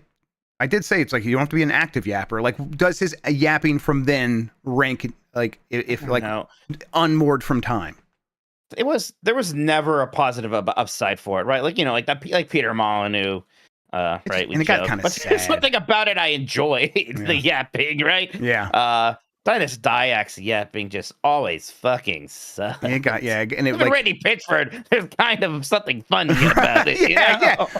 There's something funny about a used car salesman. Exactly. This is more like a divorced dad. Like is what Dennis Dyack's energy is. It's just like, oh man, you're just sad and you're trying to be cool, and it's all disappointing. All right. And what Hideo's more of a gaming tweeter than a yapper, right? So I mean, I don't know. I thought Kojima was going to be like a cornerstone of this list, and he's absent. It's strange to me. I don't know. I don't think of him as a yapper as much as some of these other ones. Like he definitely talks a lot. Sure, he talks. Yeah, he talks a lot. But he talks in like you know what it is. The things he says could be obnoxious. He's not yapping. He's just kind of talking. Yeah, it's because a lot of the stuff he talks about is just movies he's seen. He just seems like a guy with a hobby like that, and that's right. That's a little bit different than some of these guys, right? Who just feel like they're talking to fill the room with noise. No, I won't say what I was going to say. You sure? I'll give you a chance to really think about it. He just seems deeply uninterested.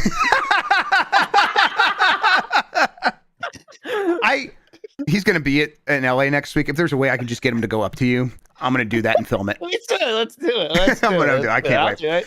The Mount Rushmore Gaming Yappers shortlist is as such. Cliff Bleszinski. What about Kamiya? Wait a second. A lot of people in chat are asking about Kamiya. Kamiya's not bad, but that's not bad. He yaps back, right? He's a clapbacker. He's kind of a clapbacker. We'll get clapbackers someday, everybody. Cliff Bleszinski, Tommy Tallarico, John Romero, David Jaffe, Peter Molyneux, Joseph Ferris, Phil Fish, Greg Miller, and Randy Pitchford. What are you thinking, Mike? I think Randy's a lock. Yes, Randy's a lock. All right. I don't want to do Jaffe because I'm terrified of him like noticing and then like calling us out in his podcast. That'll give me a lot of social anxiety. That's right, and I think we are allowed to ethically be cowards. This is our show. We're allowed to do it. I don't give a shit. There are no rules. I love that, Mike. You're right. Let's not do that. Yeah. I think Tallarico's another lock. Yeah, I think so too. Chad, stop saying Dan Reichert, okay? We're not going to put that on the list. Yeah. Maybe this will get me blocked finally. Dan Reichert's a carnival barker. A little different. Yeah, that's a barker. Okay. That's gaming barker, so that's completely different. Yeah, he's not. Yeah, George Washington on the Carney, Mount Rushmore for sure. Okay, so we're not doing David Jaffe. I think Peter Molyneux. Yeah, I could put Molyneux on there. What else are you thinking then?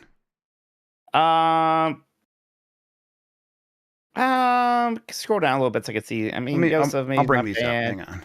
I don't think Romero yaps enough. I think Cliff's kind of not insanely relevant at the moment. I don't know. Yeah, but again, it's like the Mount Rushmore. How relevant is? I guess all the presidents are pretty relevant. We can't encourage Greg Miller. No, we can't. Right? He'll take it in stride. I think Joseph Ferris makes sense if that's kind of where you're leaning. I think Joseph, yeah. I kind of worry a little bit about Peter Mullen doesn't like suck. I guess he maybe kind of sucks because Joseph is definitely, I don't want to say a better person than these other three people. He's the one that I would like rush to the defense of if people are like, yeah, all these dudes suck. I'd be like, no, Joseph is fun. Come on, it's all right. Yeah. So, all right. So I guess we could. Yeah, I think that's a good way of rounding it out. So this is our list: Randy Pitchford, Tommy Tallarico, Peter Molyneux, and Joseph Ferris. I think that's correct. All right, the Mount Rushmore of gaming yappers, everybody, is Randy Pitchford, Tommy Tallarico, Peter Molyneux, and Joseph Ferris. I'll post this. I'm actually kind of excited to see the response. We'll see what happens here. Listen, I like that this show can be irreverent. I hope we're striking the right tone with this, because I would like to do more like this, where we can talk about people without being completely shitty about everyone, but also a little shitty, because it's fun. We're just talking here. We also are yappers. So yeah, we're pretty obnoxious pieces of shit. We're obnoxious pieces of shit. We know that. So it's all from a place of mostly love. I don't know. Tommy Tallarico can go fuck himself. I don't care. No, I mean, that's my buddy. Poor Jim had sorry, pretty good music, Jeff. You're right. My bad. I did not mean to step on the toes of you and your friend Tommy. You have to admit, pretty good name. Oh, it's a powerful. It's like in Donnie Darko, where the teachers look at each other like, Donnie Darko, what the fuck is that name? That's crazy. It's like that. It really is. Yeah, Tommy Tallarico. All right, that does it for that. Let's take one more break. We'll come back. We'll clean up the super chats. We'll talk about what we've been playing. I'm excited to tell you about one of the games I've been playing, Mike. We'll get to that right after this. Breakaroo. Yeah, presented by Greg Miller. Charlie saying like Mount Rushmore of gaming jappers, presented by Greg Miller. Oh, that's good. Okay, yeah. All right. I'm ready. All right. You good, Mike? Yes, sorry. No, it's all right. Oh, hang on. We'll leave that up for a little bit. Okay. Hang on. Let me do this. You made me press the button like 3 times already. Goddammit. I'm sorry. All right. Here we go. All right. We are back. Mike Minotti, what have you been playing? Like I mentioned earlier, it has been a lot of Claire Obscure. It's like when I took the vacation, I always hate taking a vacation in the middle of a big game like that. It's a little hard to get back into it. And we were busy with all this Giant Bomb stuff. So it took me like several days before I did get back. And once I did, it's like anytime I can have some time to play it. And I've been streaming it too. So it's always like I got to make sure I have enough of a block. So I'm streaming also. But like if I have that time, that is what I'm doing. Right. I just got to Act 3, so there's 3 acts, so basically I'm 2/3 of the way through the game. But yeah, just think the absolute world of it, it's, you know, unless something gets really fumbled in this final act, it's definitely my favorite game so far of the year. And there's been some good games this year. I absolutely loved Blueprints. I actually felt very strongly about 2 Point Museum. I'm going to continue to carry that torch, so that game doesn't get completely forgotten when it comes to Game of the Year time. But this game is just really special and obviously is doing a lot of things that I like about video games. I don't know. It's awesome to hear that. I'm glad you like this game as much as you do. It's especially in the face of all the hype, right? It living up to and surpassing the hype is kind of incredible. Right. Even like the stealth hype, because I remember when they first announced the game, I noticed a little bit, but there was that Xbox showcase.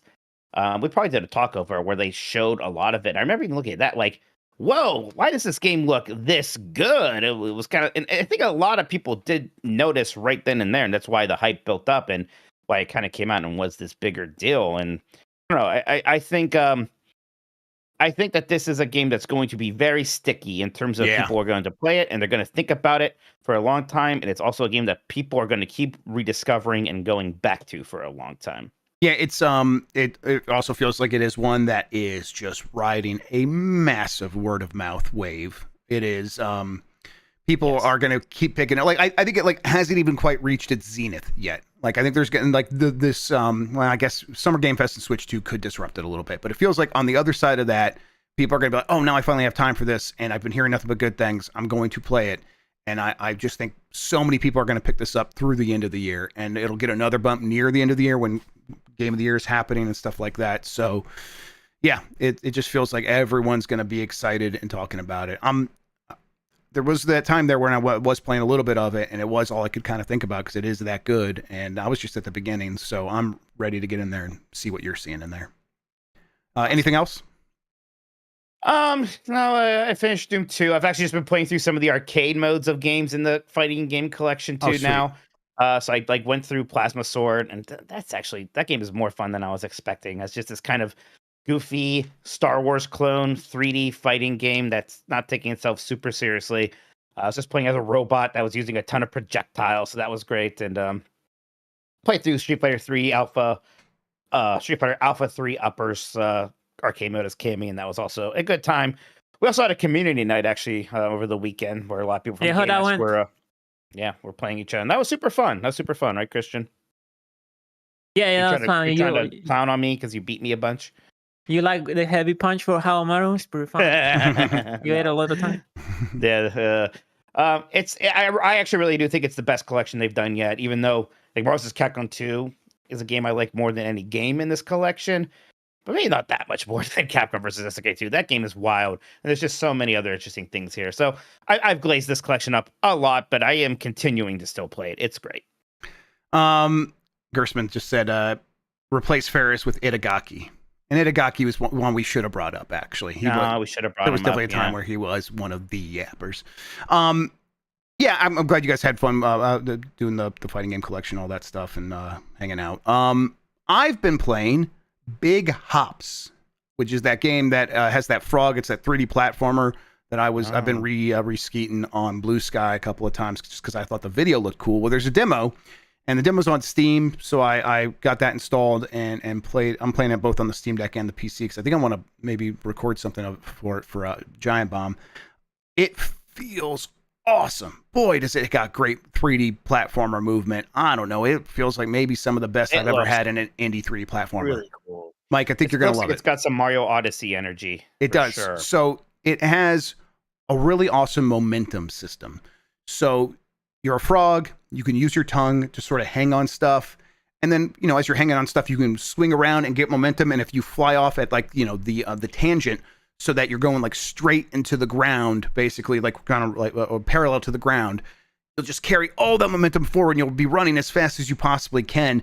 And then if you kind of take that into a jump and then do a dive and then you hit the ground and do a jump immediately, you'll carry the momentum forward even more. And it just feels perfect. There's wall running. That feels great. Oh, I love wall running. I do too. And it's like, it looks good. And it's not like a cheat. It's it's not super skill based either, but it's like leans towards like a skill instead of just being like, oh, like, don't worry, you're never going to fall or get punished here. It's like, no, you got to be able to like know when you could pull off wall running.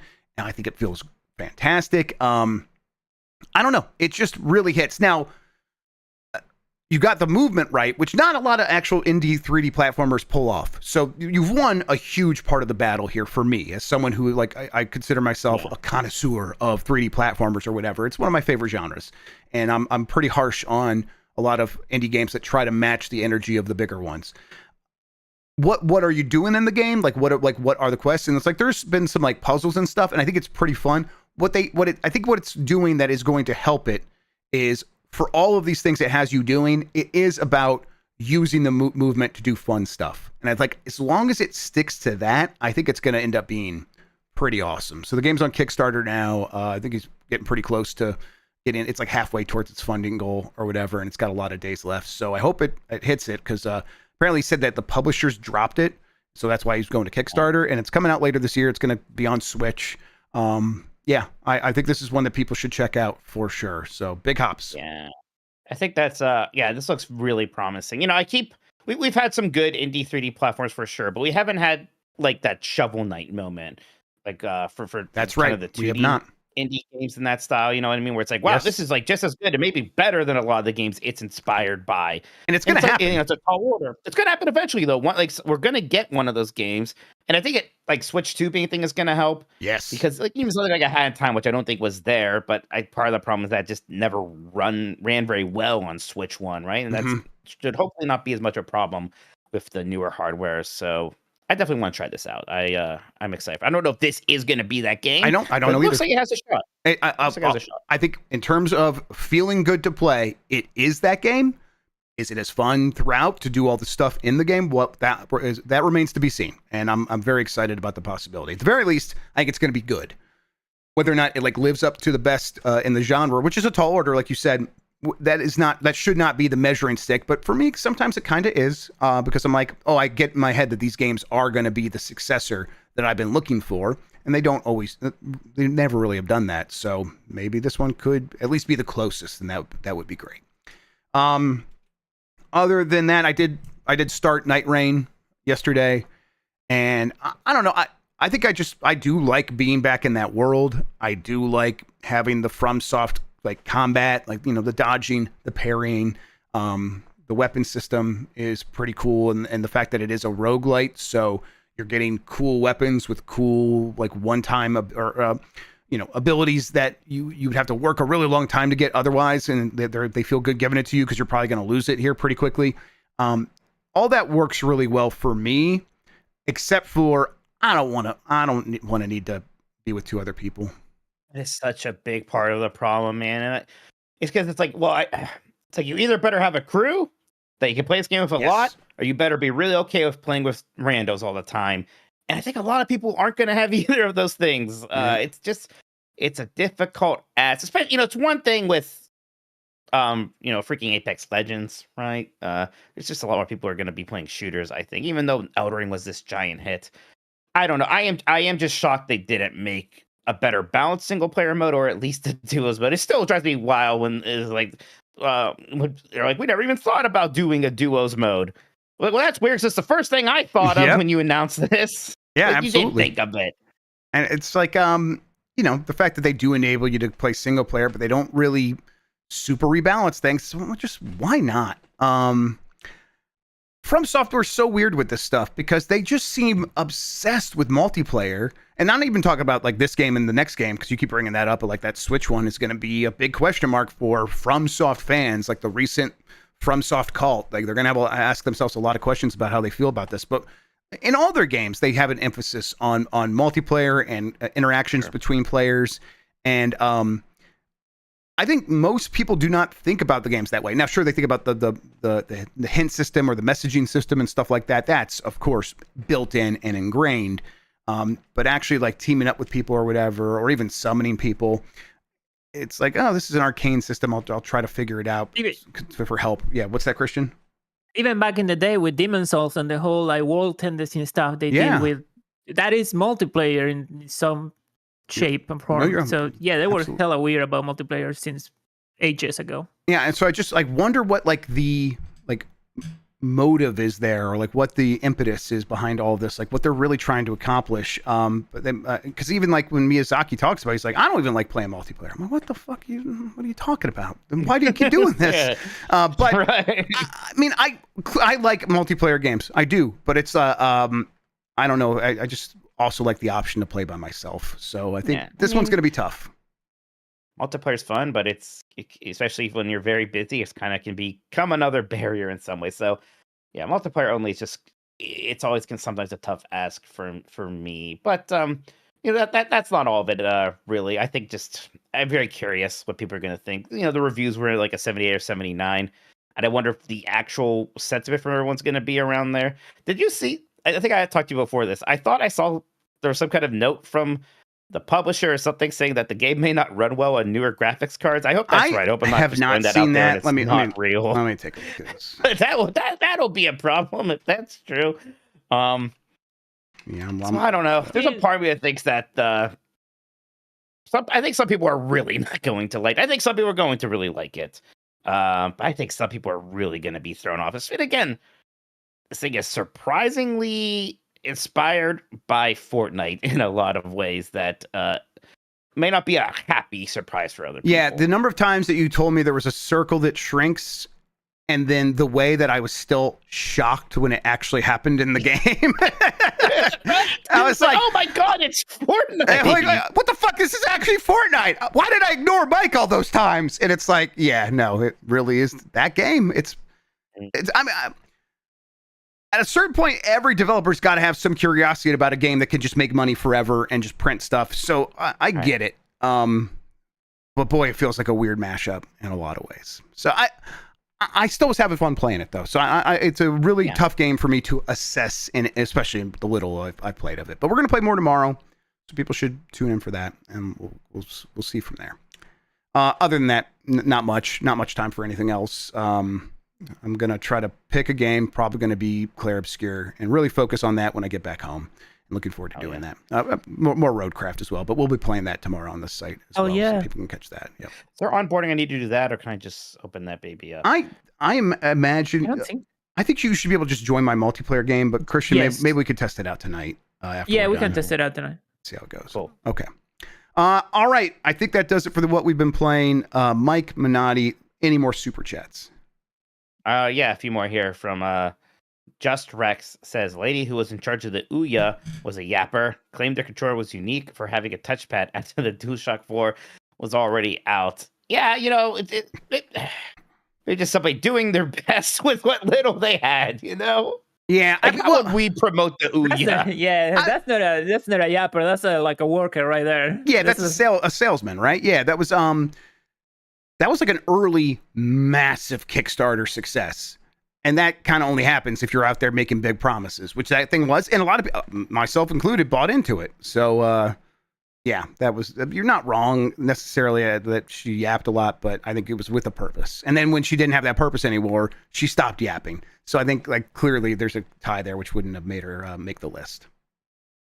Rapid Fire says, my doctor suggested that I use Grok AI for dietary advice today. Should I find a new doc or am I being a judgmental prick?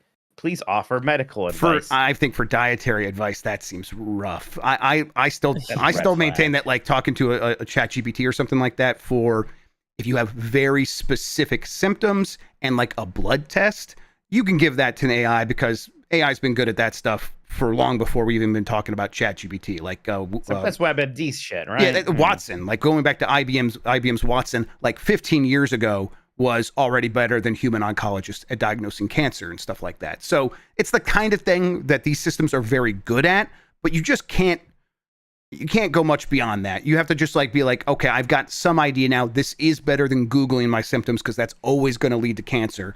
But you're still going to have to talk to an expert. Yeah. Is it a cancer? Is it you have just a headache or you have cancer? Don't Google it ever. Don't Google it ever. Yeah. So yeah, I would talk to a dietitian instead. Wiley Jenkins says we need a giant bomb koozie. I bet they have koozies. I'll look around. It's like I'm learning a lot about this store because there's certain things that are printed one way, other things need to be stitched on, and that's maybe a bit more expensive, and they might not be made to order. It's much easier for us if things are made to order as opposed to we have to buy, I don't know, 100 of them and like hope we sell them, that kind of thing. Yeah. It's also a different file type that has to get uploaded. So I did one time for the B-Week shirt, Mike, made an embroidery thing. There's a specific kind of file you have to do because they have to go tell the machine how to actually sew it into the shirt. So I figured out how to do that. So if you ever want to do an embroidered thing, I can help you figure that out. Okay. My mic, because they're like, well, so I was looking at hats because, you know, I thought maybe doing a rascal hat would be fun. Embroidered, yeah. Yeah, but it might be complicated. Also, there's like no way to get one with like one color for the rim and one color for the hat, so it just have to be all purple like mine, not purple with green. I'm learning a lot, everybody. I'm learning a lot. I saw there was that thread on Reddit of people like making suggestions, and a fitted hat was one thing that people are really calling out. It's like I'd have to look at that because we might have to order those. Yeah, I'll keep looking, everybody. I'm excited. Matt Rare Monkey says Dyke was like 40 episodes of content for One Up Yours. Yeah, that's not wrong. Because the EGM did a negative, like a preview at E3. It was like a blast, like Mark McDonald. And yeah, Mark McDonald did it for Too Human and was like, I don't know about this. Like, he's not good. And then they had Dennis Dyke on the show for some reason, and Dennis Dyke was furious. And he was like, you're not allowed to inject opinion into a preview. That was unfair, blah, blah, blah. And like, yeah, that was not backing down from it at all. So it was very interesting. Sorry, I tweeted the Chris Pratt one we're going to get to here pretty soon, or up next, and people are enjoying that. Chris Pratt says, I have bad news, everyone. I have also not been invited to lend my voice for the Persona 4 remake. Nope. Shit! What's the point? No. It doesn't say Persona. It doesn't say Persona. Persona 4 remake. Isn't it? Whoever's doing this really gets it. It's Chris Pratt. Clearly, it's Chris Pratt. That's how they know so well. But Persona 4. I just looked up Chris Pratt to try to see the tweet you did. That would work. Not will work. I have to look you up. Oh, that should do numbers. Next up is from Rick Udig. It says, "Is Tekken Cross Street Fighter just dead? It's dead, right? Oh, that's super dead. That's incredible. It's so dead, dude. You'll maybe the best you can hope for is Street Fighter guest characters in Tekken. Yeah. That's the best. Which is That's what you want now, right? More than this. I would rather have the guest characters than Tekken Cross Street Fighter. No, you don't. Okay, apparently I do not Akuma want don't like this. Tekken 8 now, 7 Jeff. for a little bit there. Well, People no, don't yeah, like Tekken 8 now. sure. Tekken 8's a problem, sure, but I mean, I don't think they would do it for Tekken 8, but like future Tekkens. I suffer the Akuma in Tekken, so please no. Or Okay, never mind. Then I definitely don't do want it. Akuma. Oh, that's right. They did do this before. They did put Akuma in Tekken. Yeah. Yeah, if like you're gonna that. do it- That was the backbone down of a whatever little Tekken Cross Street Fighter was going to be. Is what Akuma ended up being in Tekken 7. But also the reason you'll never see it is because Street Fighter Cross Tekken was sort of like a hand down to like pull Tekken up when it was struggling, and Street Fighter 4 was doing really well. Now both Tekken and Street Fighter are doing excellent, so they don't need the crossover for cross promotion. You know. Mm-hmm. Yep. And the last one here is from Big Fresh 37. It says deep respect for not spelling Talarico right. Wow, Jeff, you jerk.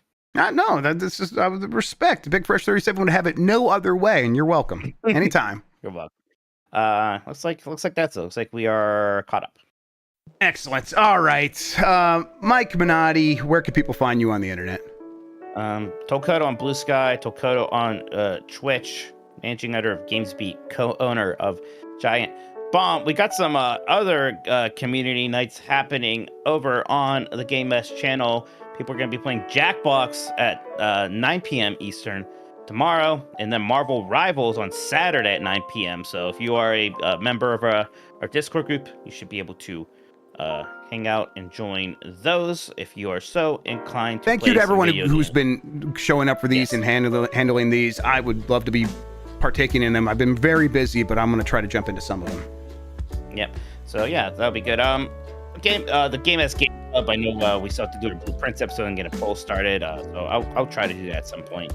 Maybe next week before we leave. It might be after Summer Game Fest. Again, it's been very, very busy, but we'll get on that. All right, very good. RSS feed for the Patreon should be fixed. If there's right. any issue, please DM us, DM Jeff or me, and we'll take care of it. Yeah, I meant to say something on Nintendogs. That was like right when I was trying to figure it out. But if the Patreon feed got messed up for you, should be working entirely now. If for some reason it's not, if you don't see the latest Nintendogs episode on there, I guess, how are you even listening to this? But whatever. If you don't see the latest Nintendogs episode on there, if you don't see this episode on there, you'll have to go back to Patreon and get a new personal updated RSS feed. But it seems like it shifted everyone over. We have not been getting many complaints anymore, so I think it should be all good. But yeah, that was just a Patreon Acast breaking up thing, so nothing to worry about there. Slippery Moose Cakes says, how do we feel about Chris Pratt playing Rick O'Connell in the Mummy Atlantis video game made by the Coalition in Unreal Engine 5? I'm very excited. I need that. That's the dream right there. I want him stomping some mumbas. Yeah. There you go. I like that. Thanks for watching, everybody. Thanks for listening. Until next time, have a good one. Take care of yourself, and goodbye.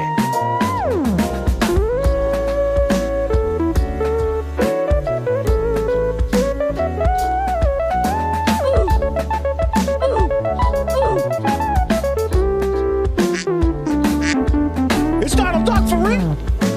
What is this, Jeff?